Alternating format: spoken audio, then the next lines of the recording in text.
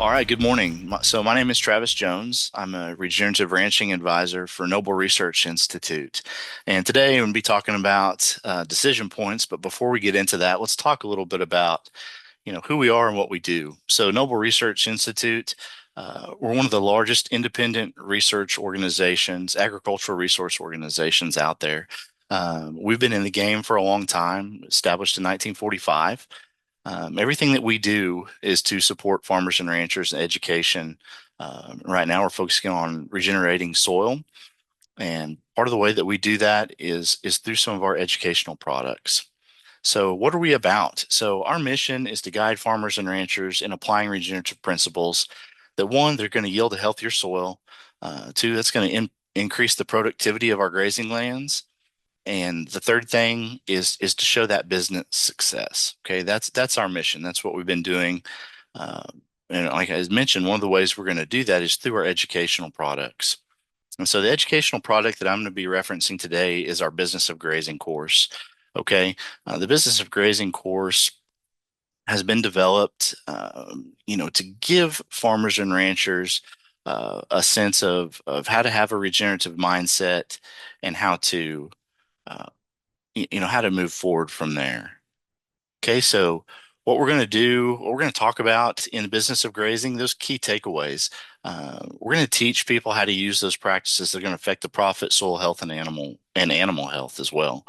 We're going to be using different pasture utilization rates to show, grazing efficiency, how to grow more forage, how to use that forage at the appropriate time. We go through a module that's infrastructure design. We discuss kind of in detail about how to use infrastructure, maybe some methods to use infrastructure to increase grazed acres by increasing that grazing distribution. And then kind of the last thing that we do is we go over a grazing plan. So our version of a grazing plan as a model to document those grazing decisions and outcomes, and also be able to use that grazing plan as a tool for our business decisions, which may be different than a lot of people think in the past is, well, the grazing plan is just to help me plan out my grazing moves every day. We see it as more than that, and we dive into it really deep in this 3 day hands-on course. So a lot of our courses, we're talking about adult education. Adult education is very dynamic. And at Noble, what we do for our education products, we focus on a 70-20-10 model, pardon me. And we know through research that 70% of learning is that on the job, that hands-on training. It really is directly related to folks in the agricultural field. You're out there doing that work day in, day out. You've grown up doing that work. 70% of that knowledge base comes from those hands-on activities. Okay, the other part, the 20% part, that's a social connection. Okay, that's learning from your peers, your neighbors. Maybe that coffee shop talk, maybe not. Maybe it's calling your buddy down the road. Hey, what can you help me with this idea? Those type of social interactions. Okay, and the 10% part, well, that's your formal learning. That's going, maybe listening to a presentation, something that you don't know about. It's that formal, like think of that classroom type training. And so what's unique with us is we incorporate all this into our course products, our educational products. And so some of the things you may see if you come to a Noble course, we had talked about that classroom content. A lot of our courses, and we have field opportunities. So in our Grazing Essentials course, we get out into the field and we actually let producers, build temporary fence, move cattle, have those hands-on experiences. Some of our other courses we're monitoring, we're going out and actually doing monitoring calculations out in the field. We're going to offer those connection points. So connection point could be a one-on-one across the table, turn and talk to your neighbor about this concept. It could be turn and talk to your table. Come up with some discussion around this. We have mindset moments, and mindset moment is an opportunity to think, internally about some of those deep questions that we often have. And the critical thing with what we do is we like people to document that so they can go back and reflect on that later. We've already mentioned, a lot of our hands-on activities in our classes. We're doing group activities. We're doing some fun stuff where you're actually getting up out of your seat. You're not just listening to somebody stand up in front of the class and drone on and on about a topic. And then the final thing is we're going to offer you some of those resources that you can take home after you complete the course. Okay, so for us today, we're going to dive into decision points and start out kind of with this quote. Discovery is seeing what everybody else has seen and thinking what nobody else has thought. And that's from Albert. Albert's a Hungarian biochemist who is credited with isolating vitamin C and discovering its interactions associated with the citric acid cycle and the process of molecular muscle contraction. So, uh, vitamin C on the surface, that was discovered, but, he dove into it. He saw some other things other people didn't. Okay. So, as we're thinking about decision points, we talk a lot about in our course, information data. What kind of data do you have? And so some of the things farmers and ranchers keep track of, could be carrying capacity, grazing records, animal weights. What about some areas for improvement? Some things that may be associated with costs. And so it's hard to make decision points if you don't have that data. And so farmers and ranchers, we keep track of that data. Sometimes it could be digitally. Sometimes it's in that notebook that's in the front shirt pocket or it's up on the dash of the pickup. But I'd like to consider, one, are we keeping track of that information that's pertinent to what we're trying to achieve? Okay, so let's just take rainfall, for instance. So you may track rainfall, and that's great. Maybe it's just to know how much rain you got so you can talk about it at the coffee shop. But if we're not using that data to make a decision or an operational decision, a management decision that's going to affect our business, then is it worth it to keep that information? Okay. So we'd ask you to think about some obstacles on your ranch. Think about what kinds of information, what data might make if you knew that data, or if you're able to track that data, make those challenges less intimidating. And then ask yourself, are you gathering that data? We'd mentioned rainfall.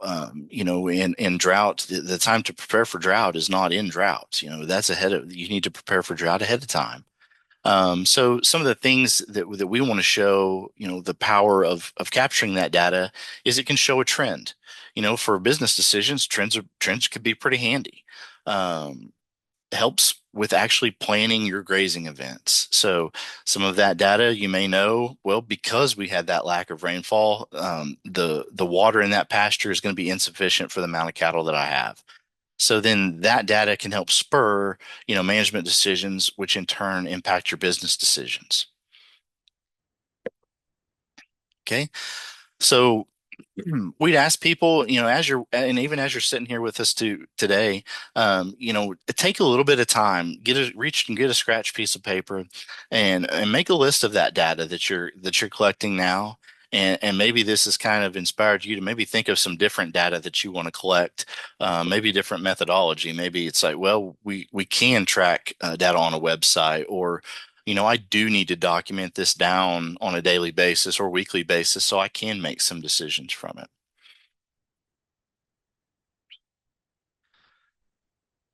Okay, so decision points are often associated, and we think about business too in the grazing community, can be pretty risky. We're always trying to look for ways to mitigate that risk. So we kind of ask a question, think about this in your mind. What is the difference between risk and opportunity? And so usually risk, that's a negative connotation, right? Something bad's going to happen. We're going to take a risk, or there's a risk of wildfire. And opportunities are obvious. That's things or scenarios where maybe we can make some positive traction. Maybe that's a profit. Maybe that's achieving, some of the objectives for our goals for the ranch. So a lot of people, learn or come across these things through trial and error, right? So, what we want to capture is, are we actually learning from that trial and error? Did we learn the lesson, and did we document, and can we change business decisions based on that, or are we still falling into the same gap? Like, well, we got drought again. I'm still not able to use that pasture. Okay. opening up your mind to new ideas uh, is positive for you going forward because you may not have as much stress at the time. And that's the whole underlying factor of decision points is we want to pre-identify these scenarios that you may have already learned through from the past. And two, identify the specific scenario or condition, and then also put an action to that. Okay, so let's look at, you know, think about think about times where you wish you would have known. So that's a crystal ball example, right? If I would only have known this was going to happen, what would I have done in advance? And so, in some business sense of grazing, those business decisions can have huge impacts. So we'll get off of the drought example, but think of times where maybe it was that wildfire incident where maybe if we planned, or maybe if we had put a barrier up, a fire break up in advance, we could have mitigated some of that scenarios, or at least had a plan in place to do so. Uh, okay, having a plan is better than not having a plan at all. So you can always change plans. Plans are meant to be changed. So setting decision points, at the beginning of the year can allow producers, to start that calendar year with a rough idea of what could happen that might affect the business or management decisions. Okay. Pre-identifying the conditions or scenarios in advance, it's going to help you remove a lot of that emotion that can be associated with those large business decisions. Think in your mind of culling livestock that you may not want to cull. Think about making deep cuts into those genetics that you've been working years and years, or grandpa handed down. Those can be huge emotional decisions. So, identifying one, the condition where that may have to happen, and two, the actual action or what you're going to do when that situation arises is going to help remove some of that emotion out, because you've already got the plan, right? You've already got a plan in place. Um, and those major business decisions, sometimes people get paralyzed, but it's decision paralysis. Well, we don't know what's going to happen, so you end up, maybe sitting on those cattle, or not enacting that destocking plan, and you could have some long-term negative impacts to your operation. Okay, so in our course, we like to think about using an analogy of a check engine light. So, vehicles have a built-in mechanism, right? It's check engine light. Um, think about, okay, maybe not your farm truck, but maybe the truck that goes to town every once in a while. If a check engine light comes on, you're going to check it out. You're going to do something. You're going to address the issue.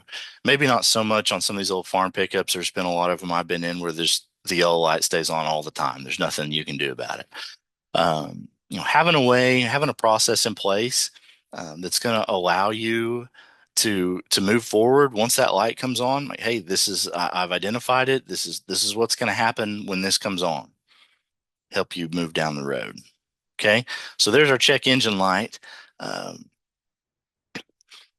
think of this scenario. Okay, so a possible problem on a ranch might be a check engine light. My grass is not where I want it to be at this time of the season. So no matter where you are, you may have some knowledge of your local resources and conditions, and just know by your that 70% hands-on experience that if my grass isn't at a certain point for this pasture, I'm not going to have enough um, to keep my carrying capacity in balance for what I've calculated out for the year. And if by knowing that in advance, that'll allow you easily make a different, business decision or management decision that could affect your business. All right, let's look at a different one. So whereas, a check engine light may seem like something that's maybe a negative, a green light, a stop sign, that's go. So that's a decision point that's going to identify a potential opportunity, right? So when think about market trends, if you're tracking market trends and you have very clear goals related to profit or selling animals by a certain time of year, if you are tracking those market trends, and you establish in advance, if market gets to X amount of dollars, I'm selling everything, or I'm going to sell a portion. then you've already pre-identified that point in time, or that market take. But the thing is, I realize a lot of people think about these things in their mind, but they don't document it. So actually documenting these things down, and having those pre-identified points listed where you can see those on a daily or weekly basis is going to keep those fresh in your mind and not allow you to miss a potential opportunity. All right, let's look at a different decision point.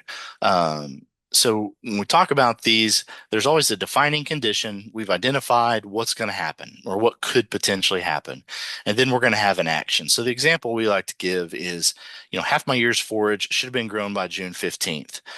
So go back to what we initially talked about. What data are we going to need to know? Can we track that by moisture? Do we actually need to go out and do some monitoring on that? The second part is going to be knowing the action. So what are we going to do? So, all right, we've identified the condition, but what are we going to do? Are we going to reduce stocking rate? Maybe the action is we're going to actually reevaluate. So that's often a lot of times what happens is, well, if I know I get to this point, X, Y, or Z, I need to reevaluate. But at least knowing that that's what you're going to do before it happens is critical to the step. Okay, let's look at a different one. So in that same example, half of my year's forage should be grown by June 15th. I'm going to start monitoring by May. And that's something that we would like for people to document, on a grazing chart or on a calendar where you can track those dates. Those things are all critical because there's life that happens in the middle of all of our business, right? Our grazing operations. And so May 15th may come and go, but if we don't have those numbers, then, kind of all was for naught in establishing these good quality decision points. So the condition, if my monitoring sites, show less than 2,000 pounds of forage per acre, then I'm going to initiate my destocking plan by July 1. So, and here I'd like to indicate too, having a destocking plan is important to have that in place ahead of time. So not just, okay, I'm going to develop a destocking plan. No, you're going to actually enact the plan that you've already developed. Okay, and so that can be as elaborate or as simple, as your operation needs it to be. It may be moving livestock off site. It may just be as simple as, well, I'm not going to use this pasture in another rotation. So that's all context dependent, but it could be very complex. It could be very simple. Okay. So we'll ask these questions to you just as something to ponder. What's an example of something you may want to monitor that's related to an input cost? So think about some of those things that we have on farming and ranching. What hay usage, supplemental costs. Are there decision points that you can develop around those things that maybe reduce some of those costs? Increase a little bit of business flexibility for yourself. Think about things on the enterprise level, gross margins, those market trends like we were talking about. Maybe there's a time to either add or take away an enterprise on your operation. We talked about stakeholders. Stakeholders are very important. Stakeholders may drive a lot of your decision points from offsite. So it's something to consider. We realize there may be people that are not owner operators. Maybe they're just operator, and there may be an individual or a group of individuals that are stakeholders that dictate, what those decision points are going to be. How can stakeholders help? They give a different view. They're given a different view. Maybe that outside eyes looking in could be good, could be bad. But hopefully you have enough information, data collected on hand to be able to, help influence those stakeholders, to help you establish those decision points that are going to be good. No, one, not only for your operations, but two, for the business side of it as well. And so again, experience with time, everybody's ranch is different. Everybody's context is different in what they're doing. And so, as you're able to, see that firsthand, realization of things that are happening on your ranch real time, it's going to allow you to, tweak those decision points, or actually maybe come up with some new ones, or maybe you've already have some, you just haven't ever documented them. Okay. So I'd kind of like to end our session today just talking about, you know, how can a decision point help you run your ranch business more successfully? So, give yourself a minute to think about that. I'm going to give you some of my answers. It's going to give you peace of mind, right? So it's going to put your mind at ease knowing that you have a plan. So having a plan in place, pre-identifying those conditions, man, that's a huge step. You're not reacting then, you're proactive. Okay. It's we want people to be adaptive in this whole scheme. Okay. Having the plan ready to execute. And we go back to that destocking or that culling protocol. Knowing what that's going to be ahead of time, it's going to save you time. Also, maybe help you save some money. You don't want to have to build the culling protocol when you should have already been culling. And then so the third thing, the big thing for me is it's going to take that emotion out of those big decisions. So big decisions oftentimes involve big money, right? So anything that we can do to kind of own those decisions, the pre-planning of that up front is going to help your state of mind and hopefully your state of business as well. And so I leave you with a little bit of homework. I'd like each of you to ask yourself the question, what we just talked about. How can decision points make my ranch run more successfully? And what I like for you to do is document at least one decision point somewhere where, hopefully on your grazing plan, where you're going to be able to access that or look at it daily or weekly. Capturing that decision point through documentation and ensuring that you're collecting the data needed to monitor your identified conditions or scenarios. It's an easy way to start using decision points to impact your business. Okay, so Noble is on all of our social media platforms that you have. Man, I'd like for everybody to follow us on one of your preferred social media methods. Tag us in there, follow us if you'd like to know more about our journey, what we're doing, where we're going, who we're impacting.